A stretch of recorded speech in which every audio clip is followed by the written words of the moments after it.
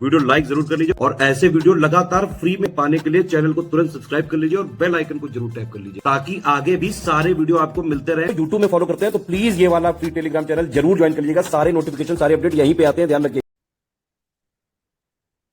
Hello everyone, welcome you all to study for civil services. आपका बहुत बहुत स्वागत है। जैसा कि आप सभी जानते हैं कि आज हमारा ईपीएफओ का एग्जाम कंडक्ट किया गया है और मैं यही कहूंगी पूरे एग्जाम को एनालाइज करने के बाद, पूरे आंसर्स निकालने के बाद, कि पेपर का लेवल इजी तो नहीं था। पेपर जो है वो था टफ। पेपर का लेवल वैसा इजी नहीं था, मतलब मॉडरेट टू टफ हम कह सकते हैं। तो असल में क्या है कि पेपर का लेवल आप इजी तो बिल्कुल नहीं कह सकते। उसमें ऐसी बहुत सारी चीजें थी जो कि काफी ज्यादा जो है वो डीप नॉलेज जिस स्टूडेंट को होगी वही कवर अप कर सकता है। ठीक है, इंग्लिश वॉज इजी। इंग्लिश का जितने भी क्वेश्चन अभी देखेंगे वो आप लोग अंदाजा लगाएंगे कि आपको लग रहा होगा कि ये क्वेश्चन इजी है। ठीक है, मतलब करने लायक है। इजी मैं नहीं कहूंगी पेपर को।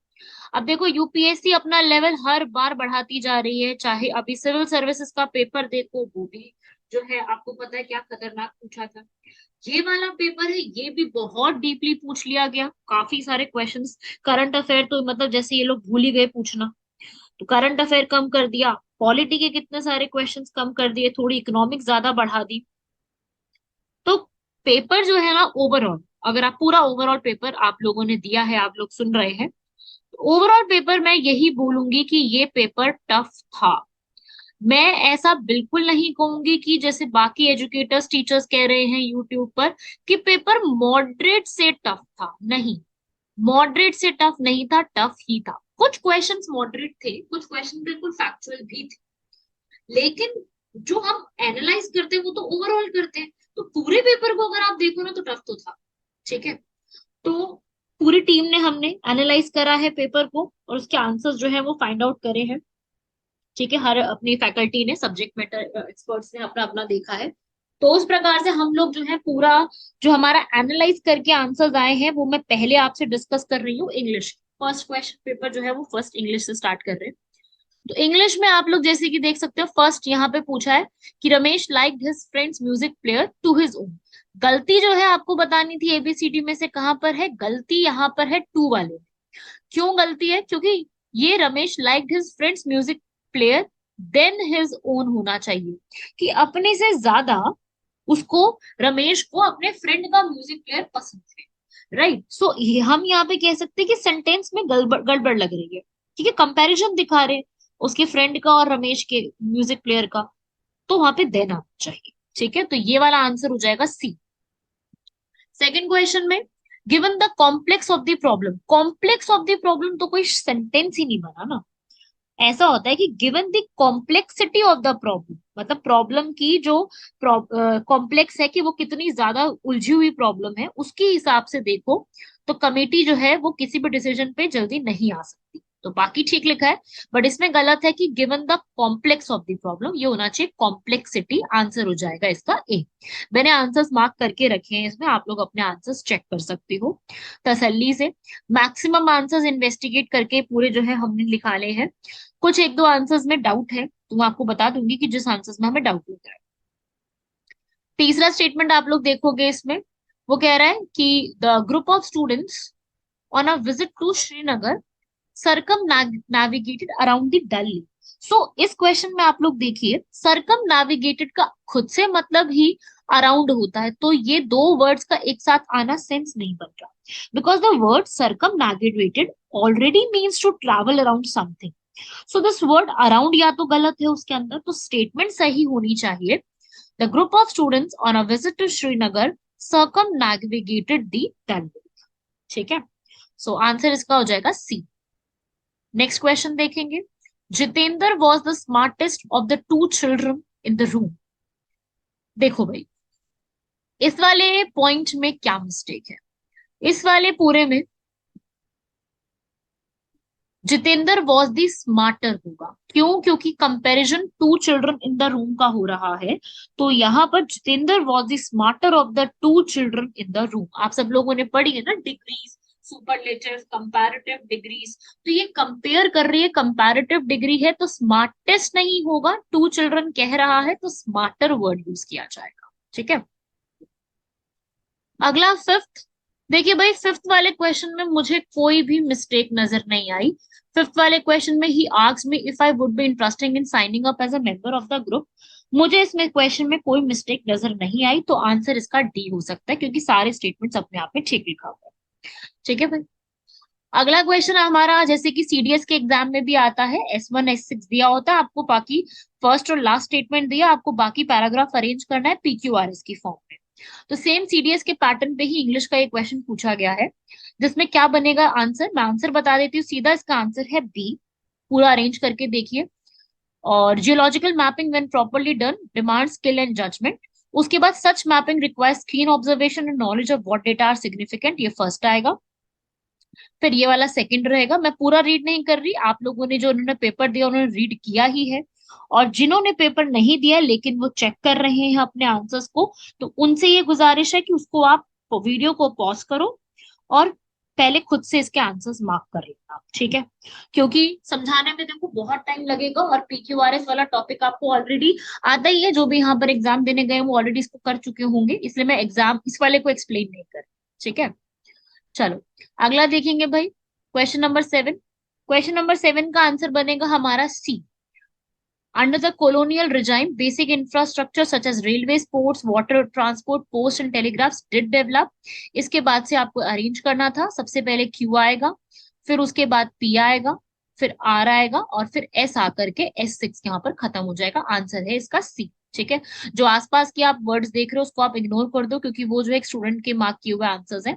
मैंने अपने आंसर सारे रेड कलर में मार्क किए, आपको रेड कलर वाले पे फोकस करना है। 8th वाला क्वेश्चन देखेंगे। Contemporary history is necessary, but it is at best a tentative record। उसके बाद इसका आंसर हो जाएगा A, QPSR। ठीक है, मैं इसको रेड पेन से ही कर रही हूँ सारा मार्क, ताकि आपको एकदम से रेड वाला दिख जाए। आंसर है इसका A। अगला क्वेश्चन देखेंगे। Income inequality in the less developed countries worse in the most estimates. फिर इसके बाद Q वाली स्टेटमेंट आएगी, फिर S, फिर P और फिर R। ठीक है, ये मैं एक्सप्लेन नहीं कर रही हूँ, बिकॉज एक्सप्लेनेशन जो है वो इंग्लिश के सेशन में की जाएगी इसकी पूरी। अभी मेरा ऑब्जेक्टिव है कि आपको आंसर की का एनालिसिस कराना, प्लस साथ में आपको ये बताना कि आपके कितने आंसर सही हैं और कितने गलत हैं। ठीक है, और थोड़ा सा एक्सप्लेनेशन जिसमें मेरी एक्सपर्टीज है वो मैं जरूर प्रोवाइड करूंगी। उसके बाद 10th क्वेश्चन है, यहाँ पर आंसर इसका हो जाएगा बी। मार्क कर लीजिए, history of English literature is usually divided in different periods. आगे इसका बी आंसर हो जाएगा। ठीक है, अब ये खत्म होते हैं। 5 क्वेश्चन आए थे, 5 क्वेश्चन एरर के बेस पे थे, 5 क्वेश्चन आपको PQRS की फॉर्म में अरेंज करने थे। अगले जो क्वेश्चन हैं वो आपको पैसेज बेस्ड थे। आप जानते हैं पैसेज बेस्ड आप लोगों ने पढ़ा होगा कि यूनाइटेड नेशन के एजेंडा के ऊपर बेस्ड था, इजी पैसेज था, पैसेज बेस्ड आपको आंसर करने थे। जिसका फर्स्ट क्वेश्चन है 11 वाला, वो बहुत ईजी था, क्योंकि इसका आंसर साफ साफ यहाँ पे दिया गया है। देखो भाई, साफ लिखा है, with in each goal education holds a की पोजीशन। तो पैसेज में खुद ही लिखा हुआ है ये बात, तो आपको सोचना ही नहीं है। आपने पैसेज अगर एक बार भी रीड करा है ना, सिर्फ एक सिंगल टाइम में, तब भी आप इसका आंसर लगा देते कि किस एरिया में यूएन के जितने एजेंडा 2030 सस्टेनेबल डेवलपमेंट गोल्स है उसमें सबसे ज्यादा किसकी बात की गई है, एजुकेशन की। हर एजेंडा में एजुकेशन की बात। अगला एजुकेशन का रोल पूछ रहा है सस्टेनेबल डेवलपमेंट, सतत विकास मूल्यांकन में। तो देखिए भाई, इसका आप अगर आप पढ़ो अच्छे से तो बेस्ट स्टेटमेंट आपको ए नजर आएगी वैसे भी, लेकिन पैसेज में भी ये बात लिखी हुई है। पैसेज में भी साफ साफ ये बात लिखी है कि सस्टेनेबल डेवलपमेंट से मल्टीपल कॉम्पिटेंसीज जो होती है, जो एक पर्सन के अंदर जो कितना वो कैपेबल है, कितना वो कर सकता है, वो कॉम्पिटेंसीज डेवलप होती हैं अगर आप एजुकेशन को डेवलप करते हो। तो सही आंसर है ये वाला। ठीक है, अगला इसके अंदर, we live in a highly interconnected and interdependent world. ये वर्ड पैसेज में दिया गया, ये पूरा फ्रेज दिया। अब हमसे पूछ रहा है कि इसका मतलब क्या है। इसका मतलब सीधा ये है कि हम लोग अब ज्यादा कनेक्टेड हो गए हैं और एक दूसरे पर सर्वाइवल के लिए ज्यादा डिपेंडेंट हो गए हैं, क्योंकि ग्लोबलाइजेशन की बात की, आपने अगर पैसेज रीड किया है तो आपको पता होगा किस पैसेज में ग्लोबलाइजेशन की बात कर रहा है, कि नेशनल बाउंड्रीज के अलावा भी हम लोग कोऑपरेटेड है और इंटरकनेक्टेड है। आपको पता है सोशलिज्म है, सोशल मीडिया है, उसके रिस्पेक्ट में everybody is more connected and everybody is more dependent upon each other, right everyone. Moving on to the next question number 14, ये कह रहा है the world's life supporting resources are being depleted at a faster rate than ever before. जो हमारे life supporting reasons है वो बहुत ज्यादा डिप्लीट होते जा रहे हैं। जिसका मतलब क्या है, इसका मतलब ये नहीं है कि आपकी हेल्थ मेडिकल सिस्टम्स की बात कर रहा है, नहीं, ये हमारे नेचुरल रिसोर्सेज की बात कर रहा है, क्योंकि वर्ल्ड के लाइफ सपोर्टिंग रिसोर्सेज सबसे ज्यादा बड़े नेचुरल रिसोर्सेज। तो हम लोगों की जो नेचुरल रिसोर्सेज है वो ज्यादा सस्टेन नहीं हो पा रहे, वो रिड्यूस होते जा रहे हैं। इसीलिए तो सस्टेनेबल डेवलपमेंट गोल्स आए थे, इसीलिए तो क्लाइमेट चेंज के ऊपर बात होती है। तो वही है, जो हमें नेचुरल रिसोर्सेज चाहिए अपनी लाइफ को सस्टेन करने के लिए, वो बहुत ड्रास्टिकली रिड्यूस होते जा रहे हैं। तो क्या आंसर हो जाएगा इसका, आंसर सी हो जाएगा। अगला है यहाँ पर, there is an increasing recognition of the importance of global citizenship. Global citizenship मिलनी चाहिए, क्यों, क्योंकि ये पूरे वर्ल्ड को एक साथ यूनाइट करेगा और इस 21st सेंचुरी में आने वाले जितने भी चैलेंजेस हैं वो हम साथ मिलकर के फेस कर सकते हैं। ग्लोबल सिटीजनशिप का मतलब ये नहीं कि हम लोग और ट्रैवल करना चाहते हैं या फॉरेन कंट्री में फ्यूचर है, ना ना ना। इसका मतलब है कि आपको, अगर आपको इसका आंसर सही लगाना है ना, तो बेसिकली मैं तो ये कहूंगी चारों में से निकाल लो ऑड वन आउट। जो स्टेटमेंट आपको बेस्ट पॉजिटिव दिख रही है ना, कि भाई ये स्टेटमेंट तो यूपीएससी ने बहुत ही अच्छी लिख के दे दी, तो वो वाली स्टेटमेंट आपका आंसर होगा, क्योंकि ये स्टेटमेंट अपने आप में एक कंप्लीट स्टेटमेंट कि ऐसा होना चाहिए। तो आप इसको एक बार अच्छे से पढ़ भी लेंगे ना, अगर मतलब अच्छे से ऑप्शंस को आपने रीड करा है, तो you can find the answer, ये डिफिकल्ट नहीं लगेगा आपको। ठीक है भाई, अगला देखेंगे। अगला आपको यहाँ पर जो है वो अरेंज करने हैं सारे। तो इसमें आप फर्स्ट देखोगे, आपको fill in the blank arrange करना है। तो ये भी I was walking past, was के साथ पास्ट नहीं बन पाएगा। आई हैव वॉकिंग बिल्कुल भी सेंटेंस नहीं बनेगा। आईएनजी यहाँ पर है तो you have to mark been also. ठीक है, तो इसमें I have been walking past this particular shop for the past 3 years। Okay, अगले क्वेश्चन को हम लोग देख लेते हैं। अगला यहाँ पे कह रहा है कि all effects can be connected with immediate cause but it may be doubted whether they provide the whole explanation. कि हम सारे जो है इफेक्ट्स को साथ साथ कॉज तो कर लेंगे, लेकिन ये डाउट है कि उसमें कोई भी होल जो है एक्सप्लेनेशन हमें मिल पाएगी। बाकी ये 18th वाले में, तो ये अपने आप में एक बहुत बड़ी प्रोवर्ब है, a bird in hand is better than the two in Bush. जो हाथ में है पहले उसको कर दो, जो मौका अभी हाथ पे आया ही नहीं उससे बेटर जो मौका हाथ में है उसको ही आप यहाँ पे संभाल। तो अ बर्ड इन हैंड, ये एक प्रोवर्ब है, तो ये आप लोगों का सही होना चाहिए। अगला 19, यहाँ पर human history is ample proof that human ambition knows no limit. Human history में इतना ज्यादा आपको ये प्रूफ मिल चुका है कि अभी तक अपनी कोई लिमिट नहीं है, क्योंकि हम कितना भी डिस्कवर कर रहे हैं और नई चीजें डिस्कवर होती जा रही है। तो नोज नो लिमिट्स। अगला ये भी एक प्रोवर्ब है। अगला कहता है भाई कि good history present several perspectives on a period but these divergent views must be fused as an integrated whole. ठीक है, सबको मिक्स कर देना चाहिए। तो इस तरीके से ये आपके 20 क्वेश्चंस थे। ये 20 क्वेश्चंस मैं ये कहूंगी कि as compared to the other paper, पूरे बाकी पेपर के कंपैरिजन में ये 20 क्वेश्चंस इजी थे। ये 20 क्वेश्चंस किए जाने लायक थे। बाकी का पेपर जो है वो आई नो अब यहाँ से डिफिकल्टी लेवल बढ़ता जाएगा, कि इनमें से कौन सा, जैसा पहला कह रहा अब जीएस शुरू हो जाएगी, इसमें सब मिक्स आएगा, कंप्यूटर, इकोनॉमिक्स, सोशल सिक्योरिटी सब इंक्लूडेड है। और कंप्यूटर काफी अच्छे लेवल की थी, मैं ये नहीं कहूंगी कि कंप्यूटर में हार्डवेयर सॉफ्टवेयर पूछा गया है, कंप्यूटर में बहुत अच्छा लेवल पूछा गया है। सो जैसे पहला कह रहा है कि इनमें से क्या एक सिक्योरिटी प्रोटोकॉल नहीं है इंटरनेट का, तो देखो टीएलएस, एसएसएल, आईपीसेक है। एमआईएमई जो है वो एक तरीके से नहीं कहलाता है, क्योंकि जो एमआईएमई प्रोटोकॉल है इसका मतलब होता है मल्टीपर्पज इंटरनेट मेल एक्सटेंशन। तो ये मेल के ऊपर जो है उसके ऊपर काम करता है। ईमेल के ऊपर। आप उसमें कोई भी data, audio, video, messages, application, वो सब आप मेल्स पे शेयर कर सकते हो। करते हैं ना हम लोग ये सारी चीजें भी शेयर, उसे MIME कहते हैं प्रोटोकॉल। तो सिक्योरिटी का इससे कोई मतलब नहीं है, ठीक है, इसलिए ये वाला आंसर गलत हो जाए। उसके अलावा लेटेक्स डॉक्यूमेंट। अब ये लेटेक्स डॉक्यूमेंट क्या चीज होती है, ये आपने थोड़ा सा इसके बारे में पढ़ा होगा। ये भी एक सॉफ्टवेयर सिस्टम ही होता है डॉक्यूमेंट बनाने के लिए।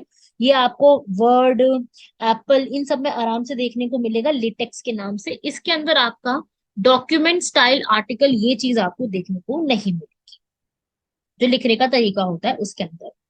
ठीक है, ये जो है ना, हम जो कंप्यूटर साइंस पढ़ते हैं, इंजीनियरिंग पढ़ते हैं, फिजिक्स, केमिस्ट्री पढ़ते हैं, उसमें जो हम यहाँ पर बुक्स पब्लिक पब्लिक करते हैं ना, पब्लिकेशन उसकी होती है, उसमें इसका इस्तेमाल किया जाता है। ये एक टाइप सेटिंग का एक डॉक्यूमेंट होता है, ठीक है। अगला क्वेश्चन, डेसिमल इक्विवेलेंट आपको बताना है इसका क्या होगा। आंसर इसका है 0.8125। अगला, एक वर्कशीट में इनमें से क्या सेल रेफरेंसिंग स्टाइल नहीं होता। ये आपने कंप्यूटर में पढ़ा होगा, ये कंप्यूटर के बेसिक्स में पढ़ाया जाता है, रियल टाइम रेफरेंसिंग कहते हैं उसको। अब इसमें कह रहा है ये 25वां, इनमें से क्या several object module and library जिसको सिंगल एग्जीक्यूटेबल प्रोग्राम में यूज किया जाता है, वो है लिंकर। ये ऐसा क्वेश्चन यूपीएससी ने 2021 में भी जो है ईपीएफओ में पहले पूछा हुआ है। एग्जैक्ट नहीं पूछा, बट मिलता जुलता इससे पूछा हुआ है, तो उसके हिसाब से अभी वाला आंसर लगा सकते थे। नेक्स्ट क्वेश्चन, इसमें ये कंप्यूटर्स के क्वेश्चन थे। अब थोड़ा सा यहाँ पे साइंस के तीन कुछ क्वेश्चन हैं, जिसमें पहला कह रहा है कि लेंथ, जो एक बल्ब है जिसकी, यहाँ पर इसका आंसर में कंफ्यूजन है, एक बार मुझे बताइएगा कि 200 वॉट है या 400 वॉट है। उसके बाद नेक्स्ट 27 में, length of a current carrying wire अगर हाफ कर दी जाती है तो पोटेंशियल डिफरेंस देखो वो डबल हो जाता है, ये आप लोगों ने पढ़ा होगा। उसके अलावा कॉपर सल्फेट पेंटाहाइड्रेट जो है असल में वो ब्लू कलर का होता है, इसको जब हीट करोगे तो वो कौन से कलर में चेंज हो जाता है, व्हाइट कलर के सॉल्ट।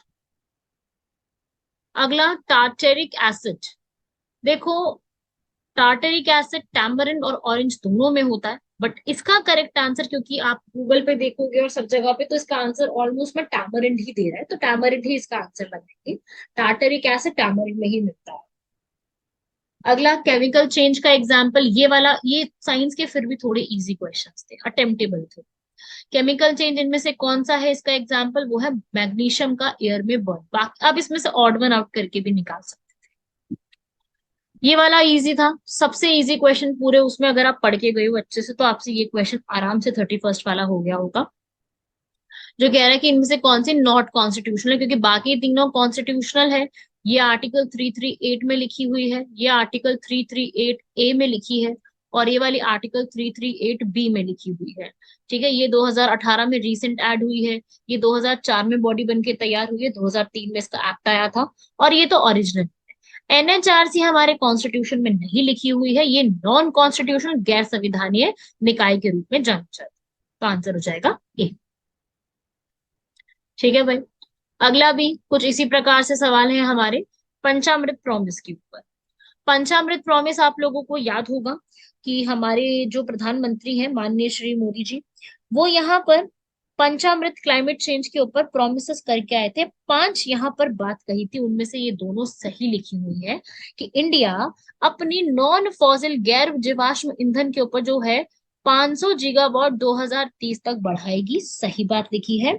और हमारी जो 50% की जो हमारी रिक्वायरमेंट होगी वो हम नवीकरणीय ऊर्जा स्रोत रिन्यूएबल एनर्जी 2030 तक पूरी करेंगे, ये भी सही लिखी है, ये भी सही है, दोनों सही है। उसके अलावा ये भी बोला था कि जो हमारा कार्बन का उत्सर्जन होता है, कार्बन एमिशंस, वो हम लोग जो है 1 बिलियन टन तक करेंगे 2030 तक। तो पंचामृत COP27 में मोदी जी यहाँ पर 5 बातें कह करके आए थे, उन्हीं में से ये वाली बातें। और इसमें एक बात और थी कि हम 2070 तक आते आते नेट जीरो एमिशंस करेंगे, ये भी बात कही गई थी। ठीक है, COP27। अगला बढ़ते हैं आगे सवाल के ऊपर। ये वाला भी पॉलिटी का क्वेश्चन है, काफी अच्छा क्वेश्चन है कि अगर आपको 5th शेड्यूल में शेड्यूल्ड एरिया को डिक्लेयर करना है तो उसमें क्या होना चाहिए। देखो, अगर आपने 5th शेड्यूल पढ़ के गए हो, आप अनुसूचियों को पढ़ के गए हो, ये क्वेश्चन आसान है लगाना। आप किसी भी एरिया को फिफ्थ शेड्यूल केवल तभी डिक्लेयर कर सकते हो जब वहां पे ट्राइबल पॉपुलेशन कुछ अच्छी खासी होती है, वहां पे जो ट्राइबल पॉपुलेशन रहती है वो अच्छी खासी है, और वहां का जो एरिया है वो भी काफी ज्यादा है, और वो एरिया पूरा बैकवर्डनेस है, अंडर डेवलप्ड है। ठीक है। और साथ ही साथ ये गवर्नर जो होंगे पहले वो नोटिफिकेशन इशू करेंगे, ये वाली लाइन मुझे सही लग रही है इसमें। और इसका आंसर जो हो जाएगा वो डी हो जाएगा। अगला, रेलवे बजट को जनरल बजट से सेपरेट जो किया गया है वो कब किया गया है? वो 1924 में सेपरेशन कन्वेंशन आया था, उसके तहत किया गया। तो ये वाला जो क्वेश्चन है, ये आप कह लो कि मतलब ये क्वेश्चन ऐसे है कि आप सिंपल पढ़ के गए हो ना अगर, तो आपसे हो जाएगा। ठीक है। ये एक 1920s में एक कमेटी आई थी, आई होप, मेरे को लग रहा है ऐसे आप लोगों ने कभी सुना होगा, एकवर्थ कमेटी। एकवर्थ कमेटी 1924 में आई थी। इसने बताया था कि आपको जो है इस तरीके से डिवाइड करना चाहिए और इनको क्या कर देना चाहिए, सेपरेट कर देना चाहिए। बहुत सारी कमिटीज पढ़ी होंगी आपने, बटलर, एकवर्थ, मुदालियर, जेवीपी, बहुत सारी पढ़ी होंगी। एक ये कमेटी आप याद रखो, सर विलियम एकवर्थ के अंदर। ठीक है। तो ये सब भी पूछे जाते हैं एग्जाम में, सवाल ऐसे फैक्चुअल बेस बनते हैं। अगला यहाँ पर है BIS, bureau of Indian standard, जो है हमें जो स्टैंडर्ड्स को मार्क करता है कि भाई इतना एरिया ये वाला रहेगा, सारी चीजों के बारे में हमें ये इक्वालिटी बताता है। तो ये इन्होंने जो बताया है नॉन इलेक्ट्रिक कूलिंग कैबिनेट के लिए, तो ये दोनों स्टेटमेंट ठीक लिखी हुई है। BIS जो है वो हमारे 17 डेवलपमेंटल गोल्स को फुलफिल करने में हेल्प करती है, और ये नेचुरल रेफ्रिजरेटर होता है जो कि वेजिटेबल फ्रूट्स के लिए यूज किया जाता है। ठीक लिखा हुआ है। अगला यहाँ पर ये भी आप पढ़ेंगे, तो इसको कहते हैं ISMW। ठीक है। ये क्वेश्चन मतलब उतना डिफिकल्ट नहीं था, थोड़ा करने लायक था, कि IMSW के तहत क्या क्या कंडीशंस आपको मिलती है। 1979 में जो एक्ट आया था, equal pay for equal work होता है, ये चारों चीजें होती हैं। ओल्ड एज बेनिफिट स्कीम कुछ नहीं है उसमें, ओल्ड एज बेनिफिट स्कीम के लिए कुछ नहीं बताया। 1, 2, 3 और 5 इसका आंसर हो जाएगा। अगला यहाँ पर ये कमेटी है साइट अप्रेजल कमेटी, उससे जुड़ा हुआ है। इसमें बाकी 3 स्टेटमेंट तो ठीक है, लेकिन इसके चीफ इंस्पेक्टर जो है वो चेयरमैन नहीं होते हैं, ये गलत है, ये अपने आप में बिल्कुल गलत लिखी हुई है। ऐसी 39 को भी आपने मैच करना है, मैंने मैच करा है पूरा आंसर, तो इसका आंसर बी आया है। इसको देख लो, डिस्प्लेसमेंट अलाउंस जो वर्ड है ये ISMW वाला जो एक्ट था उसके तहत आया। सर्टिफाइंग जो सर्जन वाली जो चीज है वो यहाँ पर फैक्ट्रीज एक्ट में थी। हाफ मंथ की payment minimum wages, sorry, employment compensation act में थी। पीस वर्क मिनिमम वेजेस में थी। ऐसे ही अगला, इसका आंसर में अभी डाउट है थोड़ा सा, इसलिए इसको मैंने टिक नहीं किया, इसको भी हम लीव कर देते हैं। आपको पता है तो आप लोग बताइए जरा कमेंट बॉक्स में 40th का आंसर। 41st का आंसर में देखो यार, रेगुलेटिंग एक्ट जो है हमारा, देखो फर्स्ट ठीक लिखा हुआ है, थर्ड ठीक लिखा है, ये तो बिल्कुल ही ठीक है। ठीक है, फर्स्ट और थर्ड तो, लेकिन उसमें टेन्योर की बात तो कहीं की नहीं गई 5 साल की, तो इसका आंसर बी हो सकता है। ठीक है, मोस्ट प्रोबेबली इसके answer B.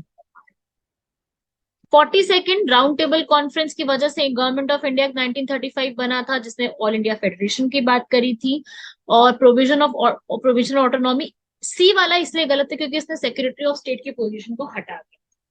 Secretary of state की पोजीशन जो है वो 1858 वाले एक्ट में आई थी, 1858, जो क्रांति के बाद एक्ट आया था, उस एक्ट में इस ये वाली चीज लेके आई थी, और फिर इस वाली चीज को जो है 1935 के एक्ट में हटा दिया।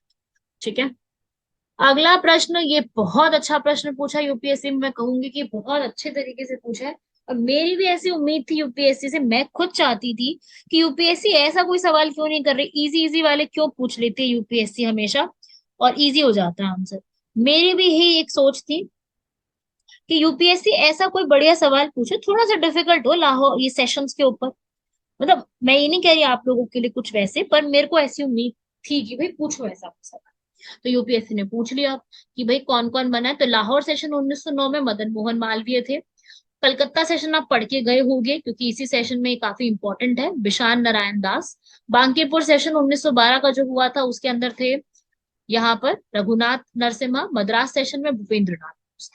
ठीक है, तो ये वाला आंसर इसका ए हो जाएगा। अगर मुझे ऐसा लग रहा है कि शायद आप लोगों को ये बी वाला तो आता ही होगा, क्योंकि ये हमने पढ़ा हुआ है कई बार, ये आप लोगों को आता होगा। अगला वाला प्रश्न है कि नासिक के भोंसला मिलिट्री स्कूल किसने बनाया था? बीएस मुंशी ने। उसके बाद ये वाले आपको अरेंज करने हैं मदन मोहन मालवीय के, कि इनका पहले क्या हुआ और बाद में क्या। तो ये 1916 में बनी थी Banaras Hindu university. Congress nationalist party इन्होंने 1936 में बनाई है।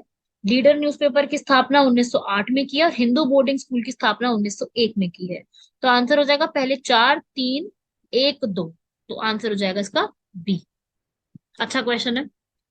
अगला ये सब सोशल सिक्योरिटी स्कीम से है। तो पेमेंट ऑफ वेजेस एक्ट में ये बोला है कि उसको मंथली वेज जो है कम से कम 24,000 का मिल रहा। अगले वाले 47 का आंसर गारंटीड टाइम रेट है।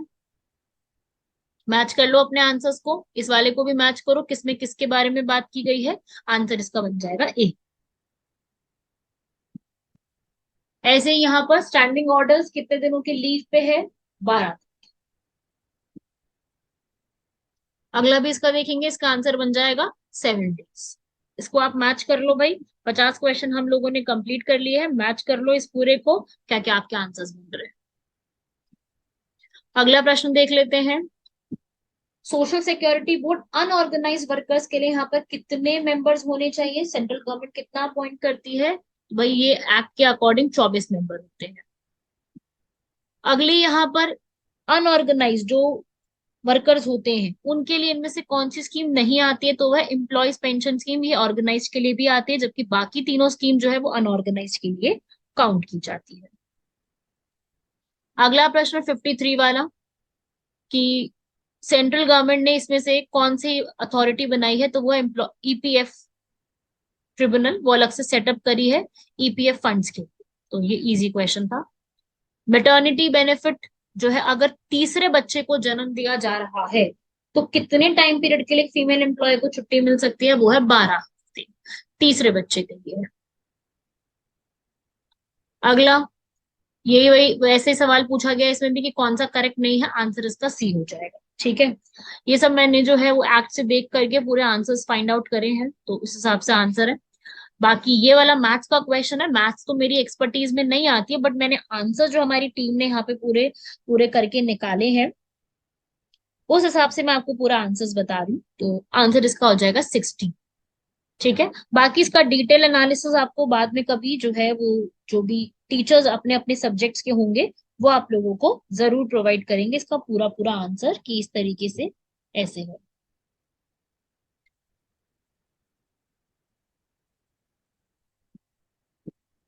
अगला वही फिर वैसे ही क्वेश्चन मैथ्स के ऊपर है, कि ये दो information, R is shorter than P but taller than his friends, U is taller than Q shorter than ये, तो दोनों स्टेटमेंट सफिशिएंट है हमें बताने के लिए कि भाई किसकी हाइट कितनी किस प्रकार से है। ठीक है, तो ये वाले दो स्टेटमेंट्स अपने आप में सफिशिएंट है। अगला एक जो है, यूनिफॉर्म टेबल पे 8 चेयर्स हैं, एक दूसरे के डिस्टेंस में बैठे हुए हैं, तो आपको बताना है कि एच कहाँ पे बैठा हुआ है। आप इसको सॉल्व करेंगे, आंसर आपका आ जाएगा एडजेसेंट टू डी। मैं करवा दूं सॉल्व, लेकिन वो जिम्मेदारी जो है वो हम यहाँ पर मैथ्स के जो टीचर्स होंगे उनको यहाँ पे दी जाएगी ना, तो वो आपको यहाँ पे सॉल्व करके पूरा बताएंगे। मैं आपको सिर्फ अभी आंसर्स और थोड़ी सी एक्सप्लेनेशन बता रही हूँ, ताकि आपको पता है कि आपने क्या मार्क किया है। अगला प्रश्न देखेंगे इसके अंदर, ए बी सी अपनी जॉब को 10 15 और 6 दिन में फिनिश करते हैं, अगर दोनों साथ में काम करेंगे तो 3 दिन में अपनी जॉब को फिनिश कर पाएंगे। अगला प्रश्न, यहाँ पर डाइस को 2 बार थ्रो किया गया है, उसमें ये जो है संख्या यहाँ पर आने की वो 21 है। अगला भाई यहाँ पर ट्रेन की लेंथ के ऊपर सवाल किया गया है, आंसर इसका हो जाएगा 108। अगला ये भी आपका थोड़ा सा एरिया और उन सब के ऊपर क्वेश्चन पूछा गया है, आंसर इसका हो जाएगा 14, मार्क किया हुआ आप देख लीजिए, आपको याद होगा आपने इसका आंसर क्या लगाया। 63 ये काफी ज्यादा इजी था, इसका लीनियर इक्वेशन बना के सॉल्व किया जा सकता था। 10 पेन्स है और 8 जो है वो पेंसिल है, 200 रुपए का प्राइस है, इसको एक्स मान लो इसको वाई मान लो, और आप ऐसे करके सॉल्व कर सकते थे, ये काफी इजी है। 10x और आप पेन को एक्स मान लो इसको वाई मान लो, तो इससे आप सॉल्व कर सकते थे इसको। इसने यहाँ पर 5 पेन्स लिए हैं और 24 पेंसिल्स ली हैं, तो सेम अमाउंट में ही। तो आपको ये बताना था, इसको लीनियर इक्वेशन बना करके इसको सॉल्व करते तो इसका आंसर करीब 16 आपको पड़ जाता। ठीक है, अगला सवाल देखते हैं भाई। यहाँ पर ये अब देखो, ये आ गया वो वाला क्वेश्चन, होता ना वेन डायग्राम बना के फाइंड आउट करना है किसमें कितना क्या बना हुआ है। ये वो वाला प्रश्न है, वेन डायग्राम बनाओ और बढ़िया से सॉल्व कर पाओ। तो अब ये वाला सवाल जो है थोड़ा सा उस तरीके से था। तो इसका आंसर अगर आपने पढ़ा है निकाला है तो इसका आंसर 20 हो जाएगा। अगला भी कुछ ऐसा ही सवाल है, अगला भी बता बिल्कुल सेम उसी तरीके का सवाल, अलग कुछ नहीं है इसके अंदर। अब इसमें भी वही बताना है आप लोगों को कि मैन जो है एक डायरेक्शन में वॉक कर रहा है। ठीक है, तो इसको भी आप निकाल सकते हो, वैसे तो पूरा बताना है। एक 5 किलोमीटर चला है पहले, तो हम इसको बनाते हैं, एक डिस्टेंस से दूसरे डिस्टेंस में 5 किलोमीटर है। ठीक है, तो आप डायरेक्शंस बनाना शुरू करो इसके अंदर। 5 किलोमीटर चला, फिर उसके बाद वो साउथ डायरेक्शन में गया, तो ऐसे करके आप निकालोगे आंसर, इसका राउंड बन जाएगा 3 किलोमीटर। अगला ये सवाल जो है, बेनिफिशियरीज जो आईसीडीएस एक्ट में आते हैं उनको कितने ग्रुप का बेनिफिट मिलता है? 0 से 6 इयर्स। अगला ट्रक फार्मिंग, ये जो है एनसीईआरटी का क्वेश्चन, ये एनसीईआरटी में पूछा गया, एनसीईआरटी में लिखा हुआ है असल में। ट्रक फार्मिंग का मतलब होता है कि आप जो है वेजिटेबल्स जो है अर्बन सेंटर्स के अराउंड ग्रो करते हो ताकि आप उस एरिया के लोगों की डिमांड को पूरा कर सको। ठीक है, क्योंकि एक डिस्टेंस जो ट्रक यहाँ पर कवर अप करती है रातों रात, आपको पता है कि ट्रक्स जो है यहाँ पर रातों रात कितना सारा डिस्टेंस कवर करके जो है सामान यहाँ पे पहुंचाते हैं। तो उस हिसाब से इसका आंसर हो जाएगा बोथ 1 और 2, दोनों स्टेटमेंट ठीक लिखी। ये एनसीईआरटी में दिया भी हुआ है। अगला प्रश्न इसके अंदर सर्विस सेक्टर के ऊपर है, जिसको हम टर्शरी सेक्टर भी कहते हैं, तृतीय जो है सेवा सेक्टर भी कहते हैं। तो इसमें जो है रिटेल वाला इसी के अंडर आता है, और अलग से रिसर्च और डेवलपमेंट क्वार्टरनरी, जिसे हम अलग से नॉलेज सेक्टर भी कहते हैं, उसके अंडर आता है। दोनों स्टेटमेंट अपने आप में बिल्कुल सही लिखी हुई है। ठीक है, अगला एनएसडीसी। अब ये एनएसडीसी जो है आप लोगों ने बहुत बार देखा होगा, सरकार के लोगों के काफी सारे नीचे ये लिखा होता है एनएसडीसी। एनएसडीसी जो है मिनिस्ट्री ऑफ स्किल डेवलपमेंट के अंडर नहीं आती है, ये मिनिस्ट्री ऑफ फाइनेंस के अंडर आती है। पता है ये पूरा क्वेश्चन कहाँ से लिया है? ये पूरा क्वेश्चन आप अगर विकिपीडिया पे सर्च करेंगे एनएसडीसी को, तो आपको पूरा का पूरा एग्जैक्ट क्वेश्चन, मतलब ये स्टेटमेंट एग्जैक्ट मिल जाएगी। बस डिफरेंस क्या है? ओनली वर्ड, ये ओनली गलत है और नॉन प्रॉफिट गलत है। ये दो शब्दों की गलती की वजह से बाकी पूरी स्टेटमेंट ठीक है, और इसमें मिनिस्ट्री ऑफ फाइनेंस आएगी, स्किल डेवलपमेंट मिनिस्ट्री के अंडर नहीं आती। तो इसलिए ये वाली जो सेकंड वाली स्टेटमेंट है वो गलत, फर्स्ट भी गलत, और आपसे पूछ ही रहा है नॉट करेक्ट बतानी। सवाल देख रहे हो, नॉट करेक्ट पूछ रहा है, तो इसमें से दोनों ही स्टेटमेंट्स अपने आप में गलत है। अगला अटल व्यो अभ्युदय योजना, इसमें मंथली पेंशन का कोई भी ऐसा काम नहीं दिया गया, ना ही इंक्यूबेशन सेंटर्स बनाए जाएंगे। इसमें केवल जो पूरा स्कीम है, इसके अंदर जो सेंटर्स बना के उनको और इम्प्रूव किया जाएगा। मंथली पेंशन नहीं है, कोई इंक्यूबेशन सेंटर नहीं है। ठीक है, यहाँ पर सिर्फ व्यू जो है हमारे जो सीनियर सिटीजन है उनकी बेसिक नीड्स को पूरा किया जाएगा। ठीक है, पेंशन के ऊपर नहीं है ये चीज। इस हिसाब से आंसर आपका 1 और 2 हो जाएगा, 3 और 4 गलत है। अगला प्रश्न यहाँ पर, ये जो है फर्स्ट स्टेटमेंट ठीक लिखी हुई है इसमें, ये बिल्कुल सही है। सेकंड में क्या गलत है? सेंट्रल गवर्नमेंट नहीं बनाती, मॉनेटरी पॉलिसी जो होगा हमारा पूरा वो आरबीआई देखती है, सेंट्रल गवर्नमेंट का उसमें कोई भी योगदान नहीं होता, इसलिए सेकंड स्टेटमेंट गलत है। आंसर इसका सी हो जाएगा कि फर्स्ट स्टेटमेंट तो ठीक है पर सेकंड स्टेटमेंट गलत है। अगला वाला इसमें देखेंगे, इसमें फर्स्ट स्टेटमेंट गलत है, क्यों? क्योंकि एनपी जो आरटीसीजीएस और एनईएफटी जो हम पेमेंट्स करते हैं सारी, ये एनपीसीआई नहीं देखती। ठीक है, ये इनके अंडर नहीं आता। तो इस तरीके से ये वाली स्टेटमेंट जो है गलत हो जाएगी, है ना, ये वाली स्टेटमेंट गलत हो जाएगी, क्योंकि ये जो पूरा एक सिस्टम है ये एक्ट के तहत पूरा किया जाता है, रियल टाइम पेमेंट जो पूरी की जाती है, तो ये इसमें नहीं आता। बाकी सेकंड ठीक है, एनपीसीआई तो बिल्कुल बैंक ने ही प्रमोट किया है, सही लिखा हुआ है।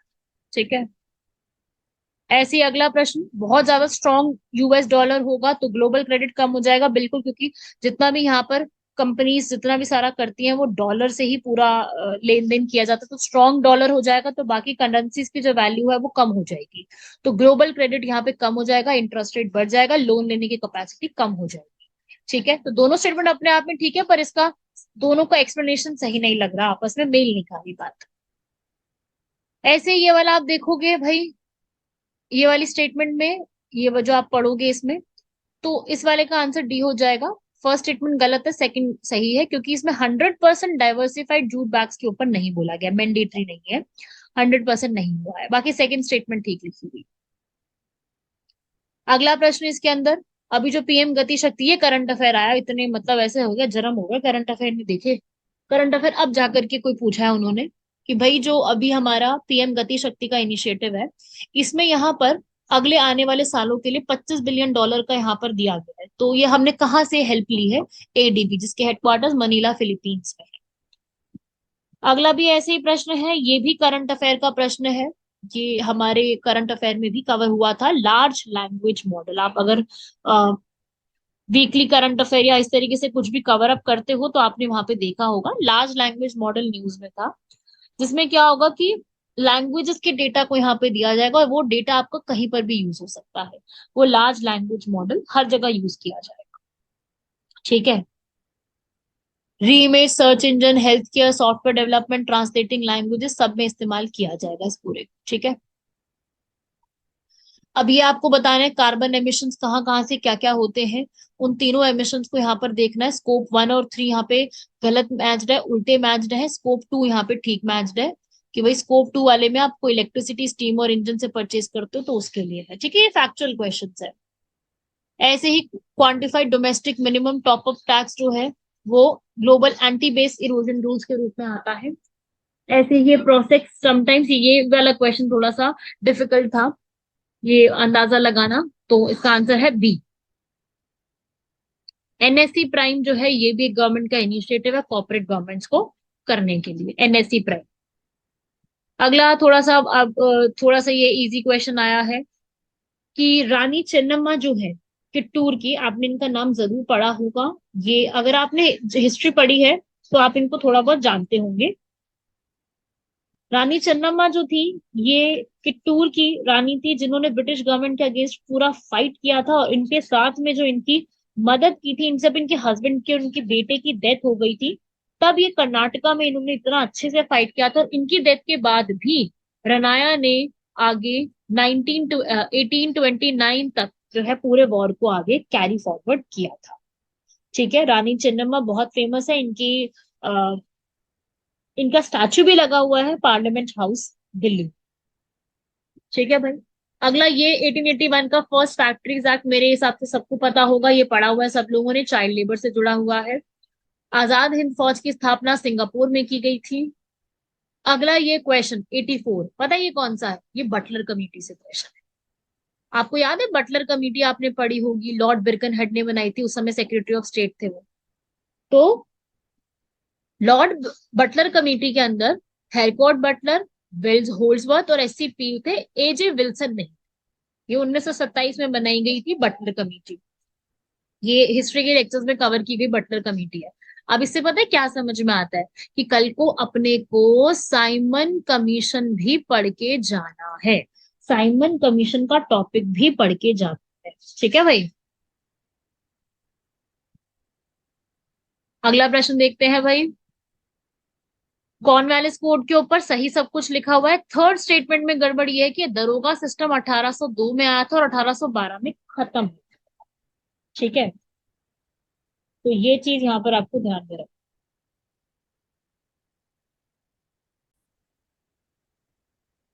इसलिए थर्ड वाली स्टेटमेंट गलत हो जाएगी, 1, 2 एंड 4 इसका करेक्ट आंसर हो जाएगा। ठीक है, अगला ये भी थोड़ा सा मतलब कौन सी स्टेट में अप्लाई नहीं करता है, ये वाला है गुजरात, इसका आंसर है।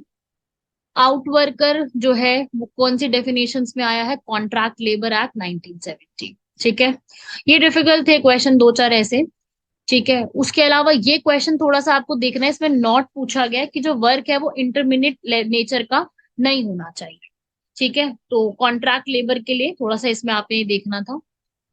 उसके अलावा ग्रीवल रिड्रेसल कमेटी 1947 के तहत ये बोला गया कि अप्रोप्रिएट गवर्नमेंट नहीं इसको नॉमिनेट करेगी। ये वाली स्टेटमेंट इसमें गलत हो जाएगी, क्योंकि इसमें बहुत ज्यादा यूपीएससी ने नहीं वाली चीजें बहुत पूछी। बाकी ये क्वेश्चन मुझे काफी इजी लगा, कि जिसको अगर नहीं भी पता हो थोड़ा सा अपना माइंड यूज करके लगा सकता था आंसर, की सेफ्टी कमेटी का काम क्या होगा, कि जितने भी हजार्डस सब्सटेंसेस को कैसे यूज और हैंडल किया जाएगा।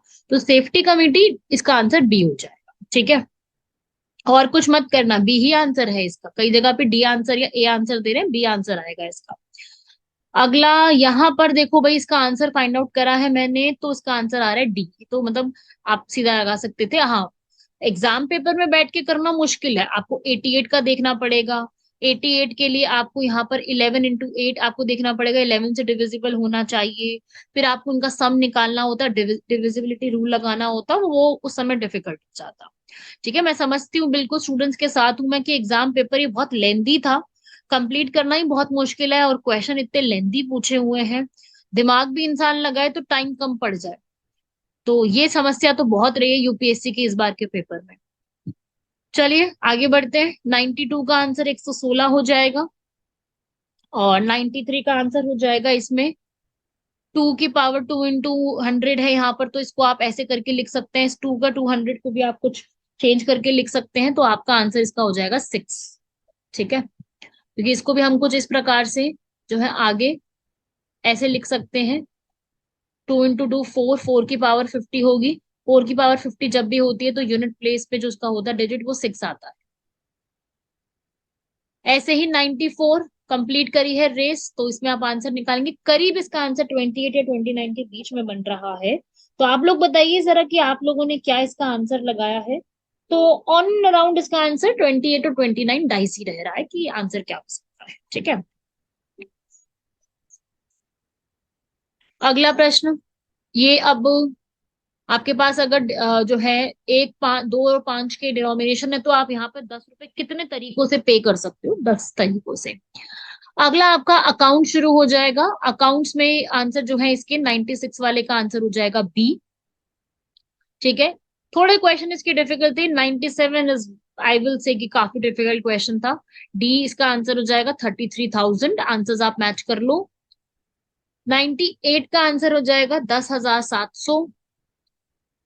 99 वाले का आंसर 67,000 हो जाएगा। ऐसे ही अगर कभी भी सेंट्रल गवर्नमेंट में कोई भी ऐसा फ्रॉड होता है जो कि 1 करोड़ से ऊपर पहुंचता है, तो वो फ्रॉड जो है ऑडिटर यहाँ पर उसको रिपोर्ट किया जाएगा सेंट्रल गवर्नमेंट के ऑडिटर को। तो वो हमसे सम पूछ रहा था, 1 करोड़ होता है। 25,000 से ऊपर कोई भी अगर ओवरहॉल एक्सपेंस हो रहे हैं इंजन ऑफ मोटर कार में, तो वो रेवेन्यू एक्सपेंडिचर में काउंट किए जाते हैं। ऐसे 102, इसका आंसर बी हो जाएगा। 103 वाले का आंसर हो जाएगा सी, एरर्स ऑफ प्रिंसिपल। 104 वाले का कन्वेंशन ऑफ फुल डिस्क्लोजर, पढ़ेंगे आप इसको, ये सब अकाउंट के क्वेश्चन है। आउटस्टैंडिंग रेंट जो है वो रिप्रेजेंटेटिव पर्सनल अकाउंट में काउंट किया जाता है। ऐसे ही अब थोड़ा सा 2-3 कंप्यूटर के क्वेश्चन है। HTML सोर्स कोड में ऐड करने के लिए हम इस वाले लिंक कोड का पूरा इस्तेमाल करते हैं। ठीक है, ये एक्सक्लेमेशन मार्क एरो के साथ मार्क करते हैं। ईमेल हाइपर लिंक को क्रिएट करने के मेल टू और साथ में कॉलन का साइन होता है। ये थोड़ा इजी क्वेश्चन था। बफर मेमोरी क्रिएट करनी है, तो यहाँ पर simultaneous peripheral operation online answer रहेगा इसका। कॉम्पिटिटिव लॉ इसमें से कौन सा नहीं है, A - B = B - A। 110 का आंसर इसमें रहेगा OSI लेयर, जो कि कम्युनिकेशन को डेवलप करती है। देखो इसमें थोड़ा सा मेरे को जो है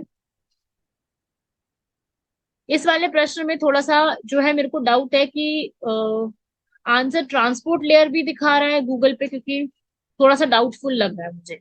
ये भी हो सकता है, ये भी हो सकता है। ठीक है, मोस्ट प्रोबेबली आंसर इसका ट्रांसपोर्ट लेयर है।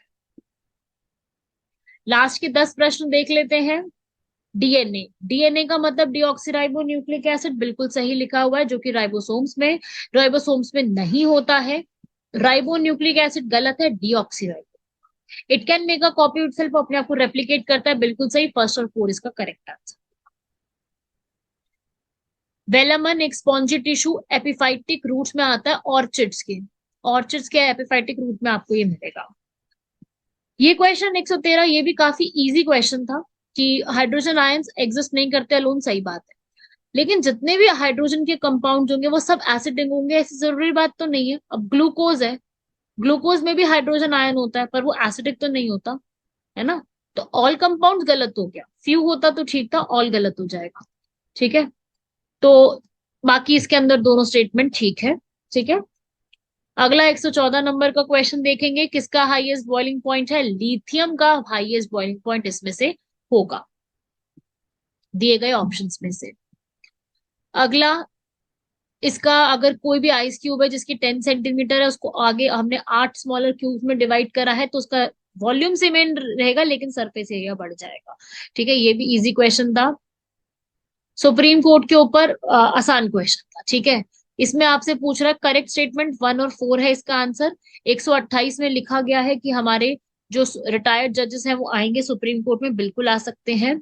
और यहाँ पर सेकंड वाली स्टेटमेंट गलत है, सीजीआई एनी टाइम रिक्वेस्ट नहीं कर सकते, ये with the permission of president होता है। ठीक है, तो इस तरीके से कोई जब वैकेंसी होती है, एनी टाइम नहीं होता ये चीज, in the case of vacancy या कोरम कंप्लीट नहीं हुआ है उस केस में होता है। तो सेकंड और थर्ड स्टेटमेंट इसमें गलत हो जाएगी। फोर्थ यहाँ पर ये ठीक है, एक्ट एज अ जज ऑफ सुप्रीम कोर्ट, ये यहाँ पर ठीक ही लिखा हुआ है। ठीक है, और इस वाले में गलती क्या है, हाई कोर्ट वाले गलती में, हाई कोर्ट का नहीं सुप्रीम कोर्ट का होता है, हाई कोर्ट की जगह सुप्रीम कोर्ट आएगा, जो कि फोर्थ स्टेटमेंट में बिल्कुल ठीक लिखा है आंसर, इसलिए इसका हो जाएगा 1 एंड 4। ठीक है, अगला प्रश्न यहाँ पर लास्ट के ही बचे हैं ये वाले, 117 वाले में, 117 वाले में यहाँ पर 3 स्टेटमेंट ठीक लिखी है, बाकी इसके अंदर गवर्नमेंट की शेयर होल्डिंग वगैरह का कोई मतलब नहीं। कोऑपरेटिव सोसाइटी के मेंबर को हम हटा सकते हैं जब उन्होंने, ये साफ साफ लिखा हुआ है कोऑपरेटिव सोसाइटीज में ही, कि अगर उन्होंने ड्यूटी सही से नहीं करी है, ठीक है, या उन्होंने कोई गलत डिसीजन दे दिया है, कंडक्ट सही नहीं किया इलेक्शंस, लेकिन government share holding financial assistance का कोई जिक्र नहीं किया गया है। अगला एमपी लैड स्कीम, देखो ये तो यूपीएससी की फेवरेट है, एमपी लैड स्कीम के ऊपर खूब सवाल पूछे हैं उन्होंने। ठीक है, फोर्थ गलत लिखा है कि भाई anywhere in the country, from recommend works from anywhere in the country, नहीं है, वो अपनी स्टेट का देखेगा, इसलिए गलत हो जाएगा। बाकी तीनों स्टेटमेंट ठीक लिखी हुई है। 119वां सवाल, जो ग्लोबल एमपीआई इंडेक्स निकलता है, ये जो एमपीआई निकलता है ना इंडेक्स हमारा, उसमें सिर्फ ये नहीं देखा जाता कि आपकी जो है आप पुअर हो, और सिर्फ आपकी पुअर्टी के बेस पे चेक कर दिया उन्होंने कि आप भाई पुअर हो तो आपको ऐसा होगा, नहीं, पुअर का मतलब यहाँ पे ये नहीं होता है कि आप सिर्फ पुअर हो, मतलब आप सिर्फ खाना भी अफोर्ड नहीं कर पा रहे, आप कुकिंग का फ्यूल, आपके पास कोई असेट नहीं है, टीवी फ्रिज फोन, और आपके बच्चे स्कूल अटेंड नहीं कर पा रहे, तब आप यहाँ पे क्या काउंट किए जाते हो, पुअर। जो ये इंडेक्स होता है, एक एचडीआई होता है और एक एमपीआई होता है, दोनों पढ़ के जाने हैं आपको, एचडीआई एमपीआई। एचडीआई के पैरामीटर्स भी यूपीएससी सीडीएस एग्जाम में पूछ चुकी है, अब ईपीएफओ में उन्होंने मल्टी डायमेंशनल एमपीआई पूछ लिया, निकालती दोनों यूएनडीपी ही है, पर ये चारों इसमें इजी क्वेश्चन था ये वाला, इसका आंसर चारों हो जाएंगे।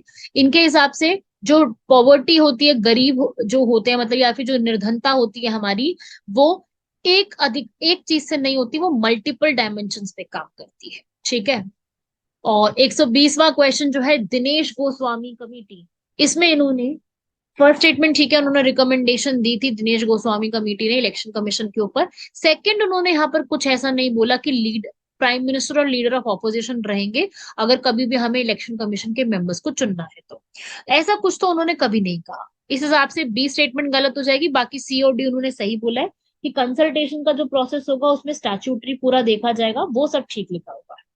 ठीक है, सो उस प्रकार से जो इसका आंसर है वो बी हो जाएगा। तो ये था आपका पूरा ईपीएफओ का पेपर 1 का एनालिसिस, पेपर 2 का एनालिसिस भी आपको जल्दी ही उपलब्ध करवाया जाएगा, मैं जल्दी उसके लिए भी अब पूरा जो है वो तैयार कर रही हूँ। आप लोगों को पता है कि पेपर थोड़ा सा डिफिकल्ट था, बाकी आप लोगों ने कितने अटेम्प्ट करे 120 में से? आपके कितने सही आ रहे हैं, और जो एक दो क्वेश्चन में मेरे को डाउट है, आपको क्या लगता है कि उसका आंसर क्या होना चाहिए, वो मुझे कमेंट बॉक्स में जरूर सभी लोग बताएं, ताकि उस पे और हम डिस्कशन करके ये देखें कि क्या आंसर इसके हो सकते हैं। बाकी मैं यही कहूंगी शुरुआत में और एंड में वीडियो के, कि पेपर डिफिकल्ट था, यूपीएससी ने अपना टफ लेवल बढ़ा दिया है। मुझे तो ऐसा लगता है कि यूपीएससी ने जो प्रीलिम्स में बचे कुचे क्वेश्चन थे ना डिफिकल्ट वाले, वो यहाँ पूछ दिए। मतलब डिफिकल्ट लेवल सेट करा था उन्होंने पेपर का, बच्चों के हिसाब से देखा जाए, स्टूडेंट्स जो यहाँ पर प्रिपेयर कर रहे हैं उनके हिसाब से अगर पूरा सोचा जाए तो पेपर में डिफिकल्टी लेवल अच्छा था। ठीक है, मतलब आपको लगेगा कि आप बहुत ही अच्छे लेवल का कोई पेपर कर रहे हैं। ठीक है भाई, तो चलिए अपने कमेंट बॉक्स में सारे आंसर्स बताइए, आप लोगों ने कितना कितना यहाँ पर आंसर्स अटेम्प्ट करे हैं, आपका कितना स्कोर बन रहा है। उन स्कोर के बेस पर आपको जल्द ही कट ऑफ के ऊपर भी वीडियो जो है वो अपलोड करवाई जाएगी, कि आपको, हमें क्या लगता है कि कितनी कट ऑफ होनी चाहिए इसकी, वो भी हम लोग डिस्कस करेंगे। तो यहाँ तक आप लोग अपना पूरा देखिए, बताइए, और सेकंड एनालिसिस के साथ जल्दी आप लोगों से मिलते हैं। तब तक के लिए धन्यवाद, शुक्रिया, जय हिंद, ऐसे ही पढ़ते